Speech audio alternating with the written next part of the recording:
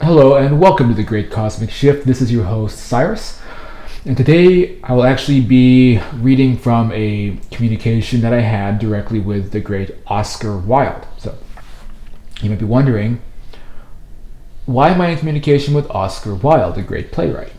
Because in fact, communications with Wilde on the internet by different channelers and mediums was the basis of so much of the work that I will do later on in my life, because I began to basically hear the communications of Wilde through different groups that he was in communication with that actually changed, shall we say, my perspectives about topics like the supernatural.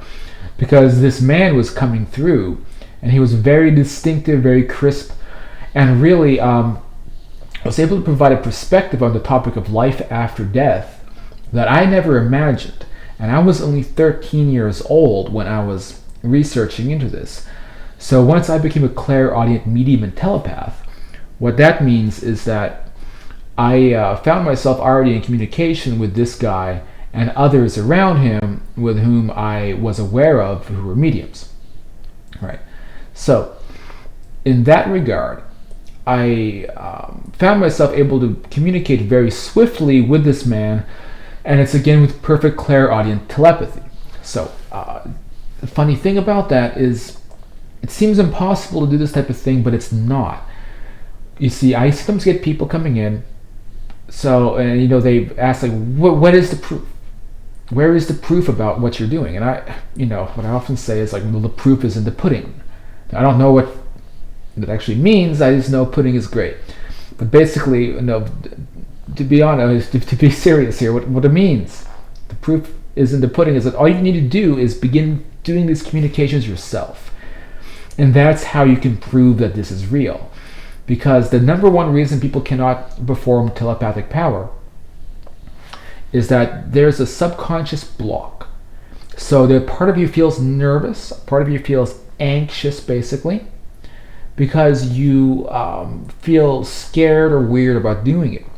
And that creates the subconscious parameter that blocks it. So all you have to do, write in the subconscious prompt, begin communications with my Arcturan spirit team, for example, because almost everyone has an Arcturan spirit guide. And you write it like into a book, and you visualize it very crisply in your mind. You push the book into your head while setting the intent out to begin communications. And then you close your eyes and you allow a feeling to come over you that you're in communication, and then you will begin that process of being in physical, emotional, mental synchronization, where you're sensing emotions, physiological feelings, and direct two-way communications and thought. So it's actually that simple to be able to communicate this way. It just takes a little bit of practice. And it doesn't mean you have to be like $1,000 an hour medium. So this is one of those sacred cows. And maybe that's the reason I keep stoking so much controversy. Besides calling out certain false light teachings, it's because I'm saying that there's people all over my community doing this right now. And it's easier to do it than ever before. And then you can begin verifying the stuff I put up on this page and realize all I am is a channel, which means I'm a secretary. And if I begin talking to this guy, then I'm just listening to what he has to say in his very brisk voice. And I'm just typing it up, and then we have a laugh after. We're having a joke, and I communicate to my team, and funny miracles begin happening around me. Like last night, a pseudo form appeared in my yard, and this was a pair of legs walking by. Now that's a bit strange, but it was somebody from my team who was pushing past the collective consciousness barriers, which are reducing as we speak, and did not become a full materialization of a person. So, with that said, you can start having crazy Ghostbusters moments when you get involved in this kind of work. But for me, that's fun because I'm that kind of guy. Other people, that might flip them out. That's entirely optional. That's if you want to communicate to the higher realities, then you want them to begin visiting you. This is what happens. You can begin having those experiences.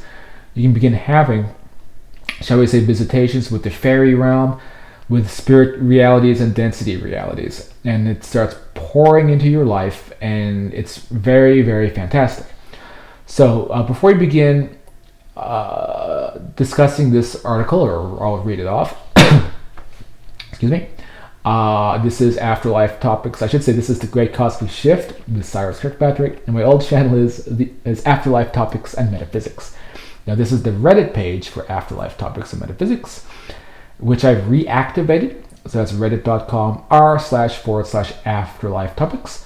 On the Reddit is new channelings that are up, such as channeling Alusha Dar, a visitor from a very distant human civilization, Oscar Wilde, and a few of these updated videos. You can also join the Facebook group, which is still Afterlife Topics. I'll have one for this particular name of this channel soon. I cannot access my Afterlife Topics page on YouTube, which is my old main community, because my account was hacked. So, what this means is that if you want to reach out to me and you hadn't been in touch with me, for example, basically, you can find me on here. Let people know that this is where I can be accessed now, where I can be found, and you can also contact me at cosmicshiftawakening@gmail.com. So with that said, right. So this is where I am now. This is the Great Cosmic Shift, where let's just say it was a long time coming, because what it comes down to it is that I'm kind of beyond asking about what is the afterlife like. What are these questions? It's about what is the shift? How can we ascend ourselves into this greater reality so we can get out of this very, I would say, dismal reality that we are basically that is like so beyond the fantastic, the wondrous fantastical reality. It's just bubbling up under the surface. How do we get there? How do we launch ourselves into the kind of reality that Mr. Wilde is going to be talking about in today's presentation? So, and that's what the shift is all about.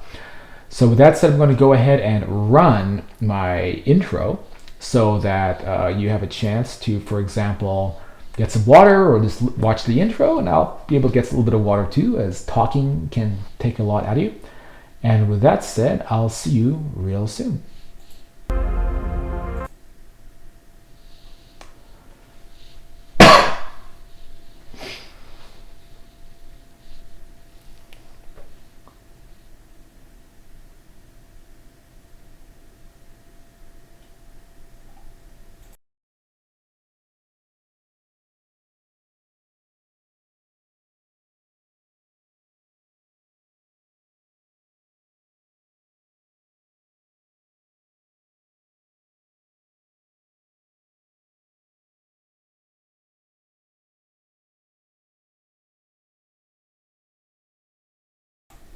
Okay, welcome back. So sorry about that. There was no audio. There was no music associated with the intro at that point.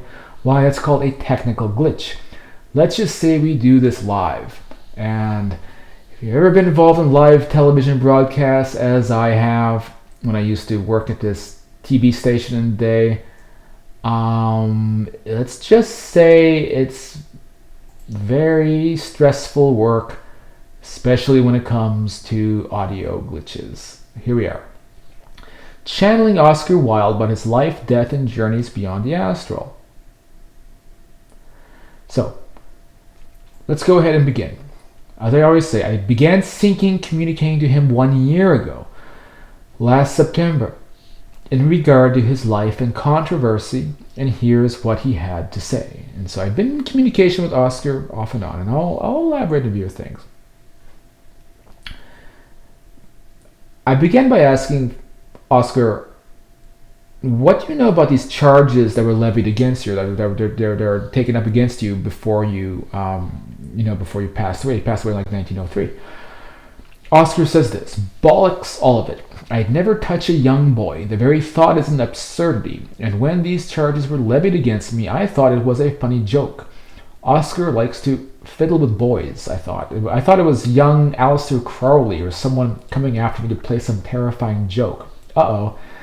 Now the chambermaids and servants say I'm a real gal sneaker for the boys in the neighborhood. Now am I, I asterisk this because YouTube has some funny censorship policies. Am I gay, for example? often on a bit. I can't say sex because YouTube doesn't like it. So he says often on a bit, surely, but a rampant, again, I can't say certain words because YouTube will censor me. A rampant pedophile. What is this? This mark hangs over me to this day, and even upon my world, that damn sixth density everyone talks about, out here with Marilyn and Poe and Valentino and all your other favorite dead friends.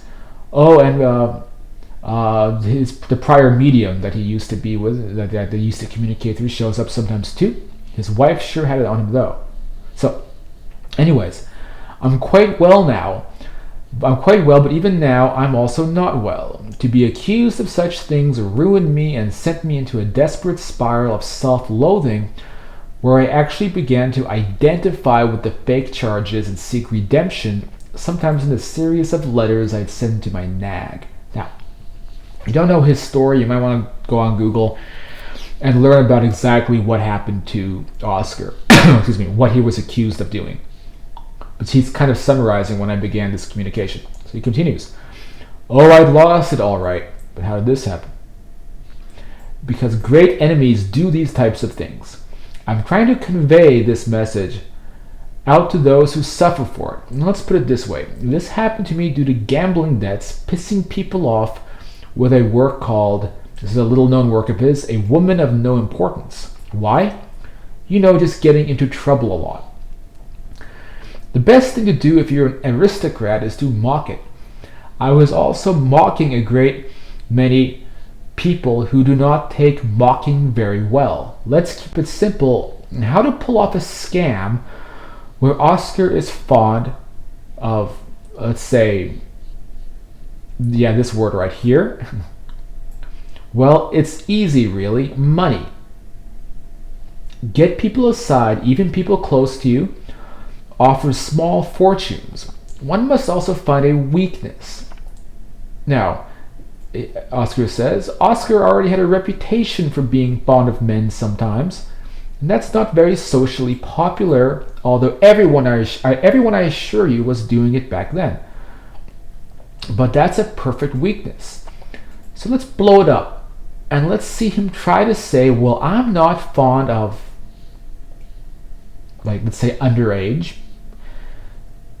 Just a bit of SODOMY on the side. It's very ironic because this is Oscar talking about what happened to him at the turn of the century because of certain words he can't say in the past that landed him in trouble. And now he's just recounting his experiences, and I'm trying to read this article off and realizing if I say this, or this, YouTube will censor me. So very interesting how history repeats itself, possibly. I don't know. Now, on a political level, how do you think that defense goes over? It's like saying, well, I don't know, or rather, well, I don't get BLOW jobs from my White House interns, but I do enjoy a little handsy action with the secretary, now and then.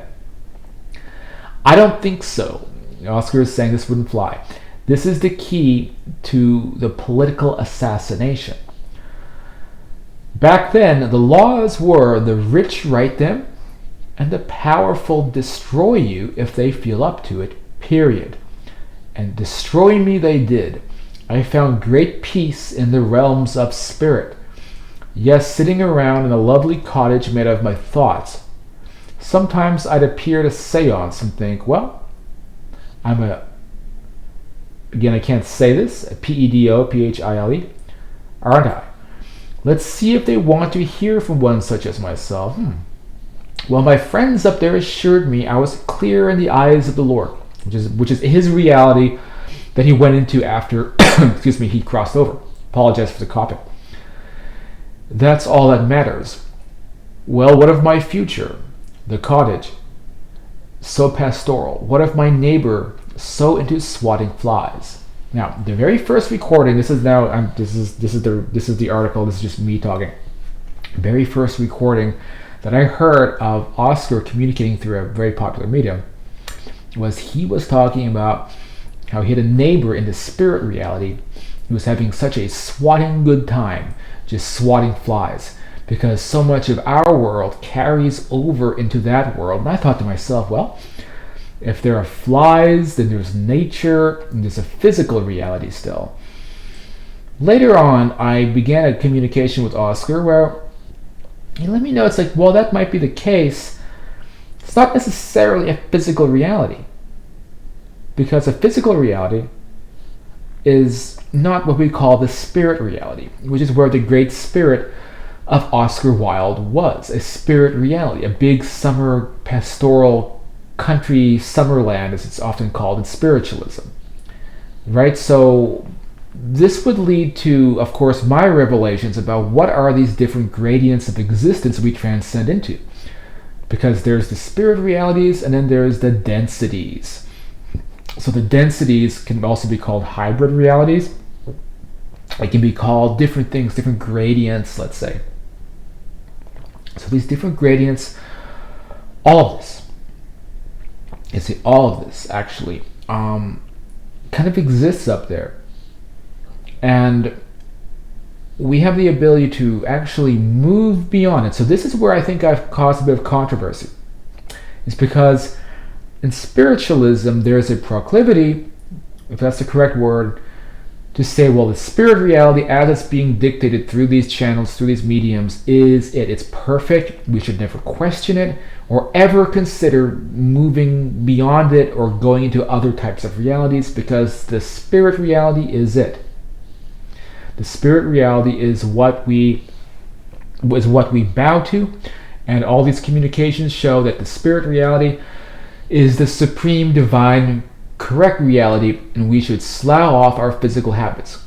Oscar in those old recordings would used to say things like, I live a very deliciously sinful life. You can find these recordings online, actually, if you search around. So that's the interesting thing about it. So I'm always curious of what is that relationship. So that's why I figured there's nobody better to talk to than Oscar and see what's going on. So let's continue. So anyone who heard those recordings should know it was an anecdote I made up at that time about the swatting flies. But there was a satire in it, I suppose. I was trying to make fun of the worlds of spirit, which I knew back then listening to his old recordings. If there is ever any type of realm to make fun of, my friends, it should be the untenable worlds of spirit. In fact, yeah, I guess that's kind of heresy in spiritualist doctrine, isn't it? Because let's just say I was a spiritualist. In some sense, I still am a spiritualist, actually. But delving into that, not even some such. I mean, I am a spiritualist. That's the funny thing. It's like I went into it, basically, how do we say, just like, understand that within spiritualism, there's all this great wisdom, there's all these great teachings, there's all these great, really wonderful, lovely people like at the Arthur Findlay Institute and so many other areas that got me into the work that I do, in a sense, right? But there was this, shall we say, fundamentalist streak in different parts of the world. For example, things I was hearing about in terms of problems happening with visitors to Lilydale, for example. So, with a big, great spiritualist kind of epicenter in New York. It's that streak of fundamentalism. And that is an issue. And I'm going to continue on this theme as I communicate with others, such as the man named Monsieur Hugh Benson. He's a Catholic priest. This guy is also a really interesting guy that I was in communication with recently, who authored a book called Life in the World Unseen. So that's all coming up around the corner. But let's go back to Oscar's article here. In fact, these are the best worlds to make fun about, because people just think there's strange desires in the spirit world, and in the spirit world, there they become. But surely the Duke of Edinburgh, I should say, would not be in a castle enjoying women in strange bear costumes. Oh, well, he was. Don't tell him I said that. He may still be up there. Well, there is the problem with those worlds of spirit sometimes. We need to be mindful about it. What are we really getting ourselves into sometimes? But anyway, I was hanging on by threads, really.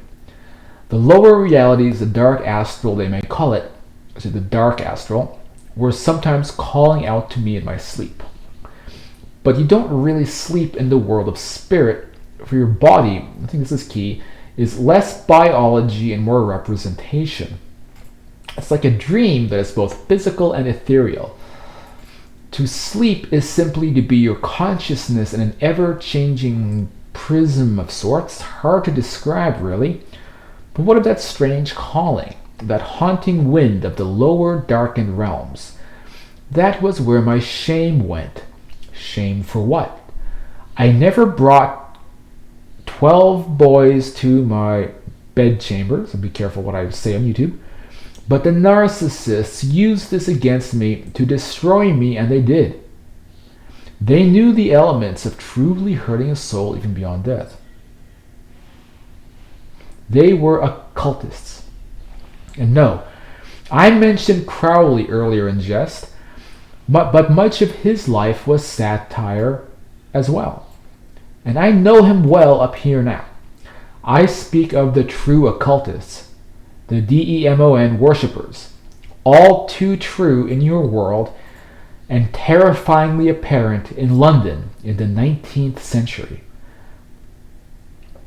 I've been out of that soul collective for only a year now. What he's describing is he's saying now he left that spirit reality that he used to communicate from, which I suppose is that kind of heresy to the certain fundamentalist or dogmatic sect of spiritualism that doesn't want anything questioned, it doesn't want anything challenging the communications, because you're not supposed to leave a spirit reality soul collective. That's supposed to be heaven, and that's how they see it. But once I began communications with people like Oscar here, it's like you get a different picture, a different vantage of spiritualism and how, what those communications are all like, what people's lives are actually like. And it allows, let's just say, an objective or realistic interpretation of what are their lives really like. This is what I've always wanted to do. That's why I was so excited when this ability finally kicked in. After, I began studying this stuff at 13. I began hoping and practicing to gain this ability when I was about 16. So this was many, many, many years of hoping to gain access to this power, and then I did, and it's much more simple than anyone would believe. Okay, so I've been out of that spirit reality for over a year, or only a year, and that's all. I live now where all the cool people hang out. Call them the neo-bohemians, fond of the way things used to be on your world. Noir over color, mystery over special effects and big reveals. And what about those flapper hats the girls wear?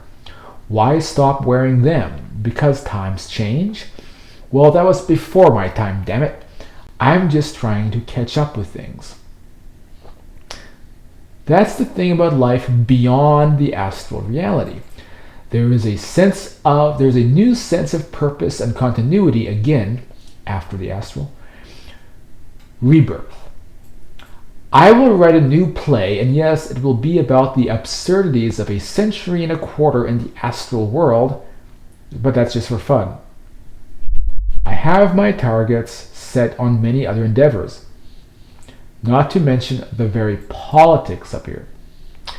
How can there be politics in realities that we go to after we cross over? This is called the higher densities, the fifth density on up. Well, of course, these are civilizations. You can't not have politics. It's civilization, it's planets, it's realities. They're just higher realities that are trying to interpenetrate into our world. So Oscar is up there describing his new reality, which is very much a place that's solid like ours. Let's just say it's solid. It's a place where, let's just say there's cars and trucks. There's actual, there's a ground that you can stick your boot into.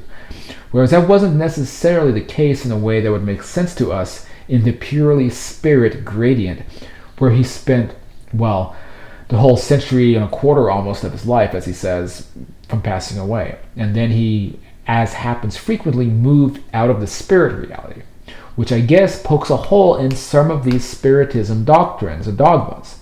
But I don't see an issue with that, because it's all different elements of the same reality, because we're all the same reality on a different gradient. So that element of fundamentalism I don't know anything about it. It's so strange.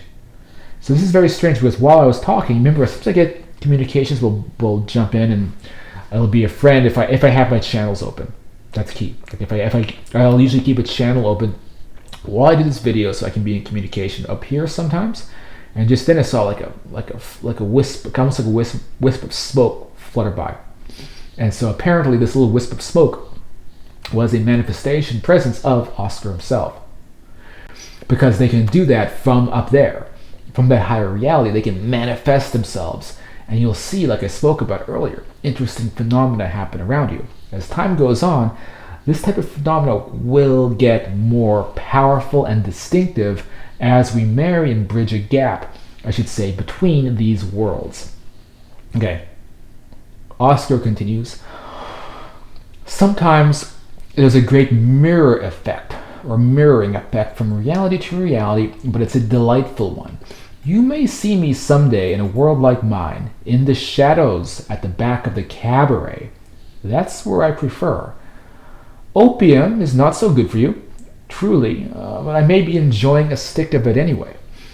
But that's also just me, Oscar, my essence, my magic. Who was I originally? You would never guess.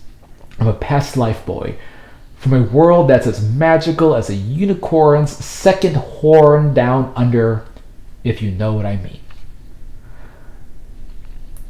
And what of you? Oh, take a step back about the terrors of your world. Come up to my planet.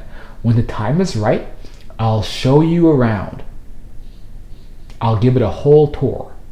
Ditch on the astral lands. Become your true self. Embolden yourself. Out here. I should say out here, you can lose weight easily. Just manifest some magic. Rediscover your magic. That's what it was always all about. And to move beyond my charges, those original charges levied against him, have I yet not fully. The angels help me with that, for there are angels here you should know, with radiant wings. They will come and they will seek to heal you, and I don't just mean my mother, for she is here also. With love, Oscar Wilde, speaking through the young author, Cyrus Kirkpatrick, who recognized my work with the mediums at an early age. Thank you for that. And thank you everyone. If Cyrus has it in him to write as me, I'll take questions and comments, no guarantees. So that's still up on Reddit. So is this whole article, and so is the comment thread. You can also make comments here on YouTube or jump on to the discussion on Afterlife Topics and Metaphysics on Facebook. With that said, this has been a reciting of the article written by Oscar Wilde, who passed away, I believe it was 1903, and where he is now, what his conditions are like, and how it's possible for so many of us to communicate. Because remember, what I said, the proof is in the pudding, right? So you can have these communications yourself if you need more evidence. Because let's just say this. It's difficult to channel through these communications and be put on the spot to require proof and even hard amounts of evidence when you can't really do it so easily because, number one, there are what they call anti-sabotage blocks. So if I say your dog's name is Toto, your dog's name might be Fido. Communications relating to specific logistical things around you, including specific information, the street, you like this here, that here, all mediums, all channels, and anyone just using what this really is normal clairsentient telepathic communication, which soon anyone will be able to do. Anyone who communicates like this is going to have those specific logistical things messed with. So when someone comes to me, well, I don't believe this is real, why don't you tell me, Mr. Medium, what is the name of my dog? I cannot answer that because I will get information.